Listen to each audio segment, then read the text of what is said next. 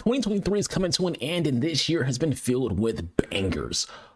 One of the best releases the video game industry has seen in a very long time. But what 5 games are the best games of 2023? What game is a game of the year? Well, here's my top 5 games of 2023, ending with my choice of game of the year. As always, the rules are simple.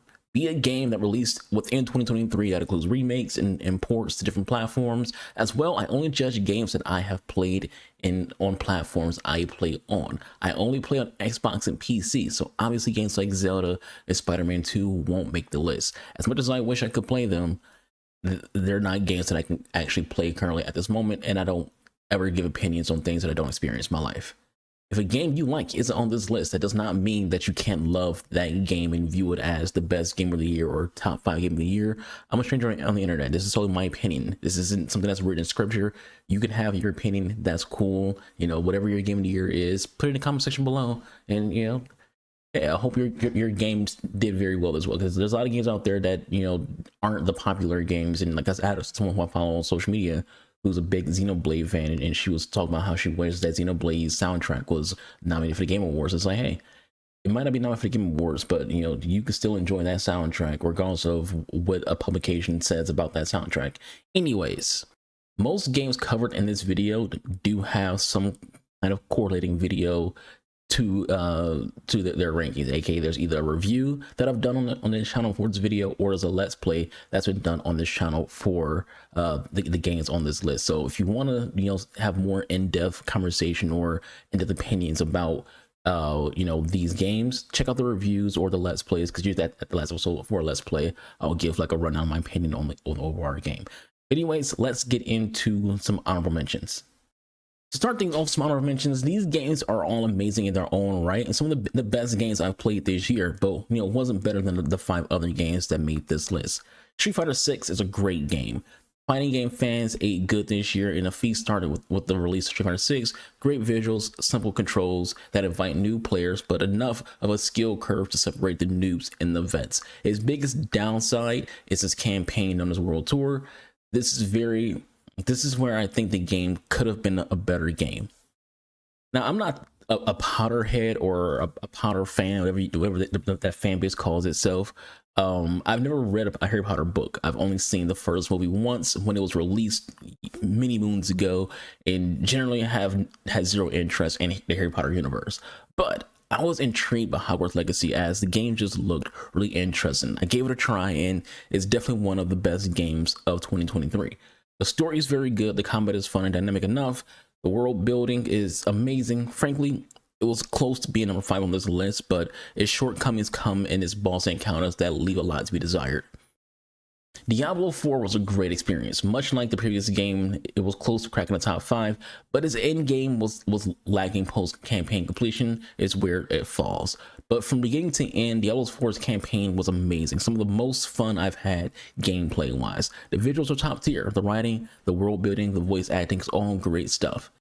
But the issue with Diablo, as I said, is once you get past once you beat the campaign of the game, you're kind of just left with nothing. You know, like, yes, the seasons exist, but you know, once you get past those couple missions with the season stories, it's kind of like, all right, back to just doing the grind. Diablo's end game is shortcoming. I'm not really interested in the mindless grind of a live service game nowadays. I wasn't sure if I'd include an expansion, but with the hype around it, Phantom Liberty is deserving of a nod. It is one of the best story experiences of the year, not just because of the patch beforehand that revamped the entire game, but genuinely Phantom Liberty tells a better story than the main game, which is impressive because the main game story is solid on its own. The new location in Dongtown is a great addition.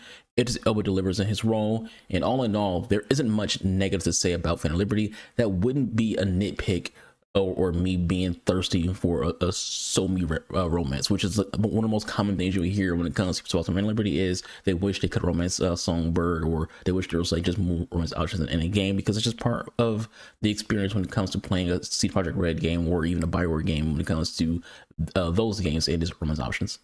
Resident Evil 4 is the most recent game I've reviewed since I played it late. And boy, is it an amazing game. That had a lot to live up to, you know, being a remake of a game goated by many gamers in the Resident Evil fan base. As I said in that video, Resident Evil 4 Remake is better than the original in every single way. Better in the story, making Ashley an actual good character, having a better, more dynamic combat, and just all in all being a great gaming experience. Now, with honorable mentions out the way, let's get into the top 5 games of 2023. Coming in number 5, Mortal Kombat 1 was the best fighting games released in the year, with some great fighting games in general. It edged out the honorable mentions only barely, but earned for its great story with some top-notch animations and voice acting, except Megan Fox. It's on the negative, it's much like most fighting games. The story is short and you'll want more, stacked, like a more stacked launch roster, as in, just want more characters than was there at launch for a $70 video game. You want more fighters in the game. Even though you would evolve the story, you just want more people like on that day one release, not just, hey, they're adding people with some DLCs. Like, no, you want a bigger roster, on the current gen consoles and at this price range. But outside of that, it's a great game, refreshing the universe, retelling a story we're familiar with, but with some big changes.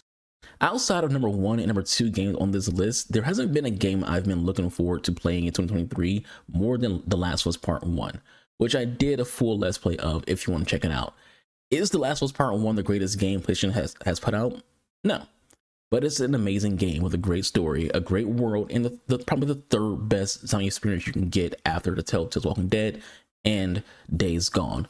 Much like how I mentioned Mortal Kombat 1 had an amazing voice acting, Last of Us Part 1 excels in its voice acting and storytelling, both being incredible. Its gameplay is passable, nothing special, but the gameplay doesn't matter when it comes to a game like Last of Us, where the story and experience of the world matters way more than having a generic, combat system. Coming in number 2, Jedi Survivor had a lot to live up to. Its predecessor was one of the best Star Wars experiences since KOTR. Star Wars as a video game entity beforehand was on life support, with the dud of EA releases. Fallen Order established Star Wars revival as a great setting for single player experiences.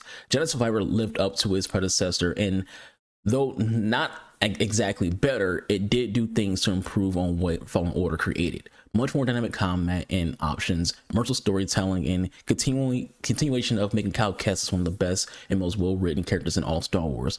Could have easily been my game of the year if the best game didn't release in 2023. Now, for my game of the year 2023, Baldur's Gate 3. This should shock no one, as it's going to be a lot of outlets game of the year. In every way possible, Baldur's Gate 3 was the best game, best story, best world building, best gameplay, best acting, best writing, with the exception of like the horny Gale, we can do without that. And, all in all, wonderful gaming experience. Like Last of Us Part 1, this is also a game I've done a Let's Play on this channel. Baldur's Gate 3 is a generational game. A game like Elden Ring, Skyrim, and Mass Effect, like Witcher 3, RPGs that we'll be revisiting over and over for years to come, and it's damn good. Deserves to be my game of the year. So that about wraps it up when it comes to my top 5 games of 2023. Hope you all enjoyed the video. Leave what your game of the year is in the comment section below, or do your own top 5 video. Do whatever you want to do. Like, it's your life, it's your opinions. But for me, this is just how I feel. There's a lot of great games released this year, and regardless of anything, Baldur's Gate just it encapsulates what a great, phenomenal experience needed to be.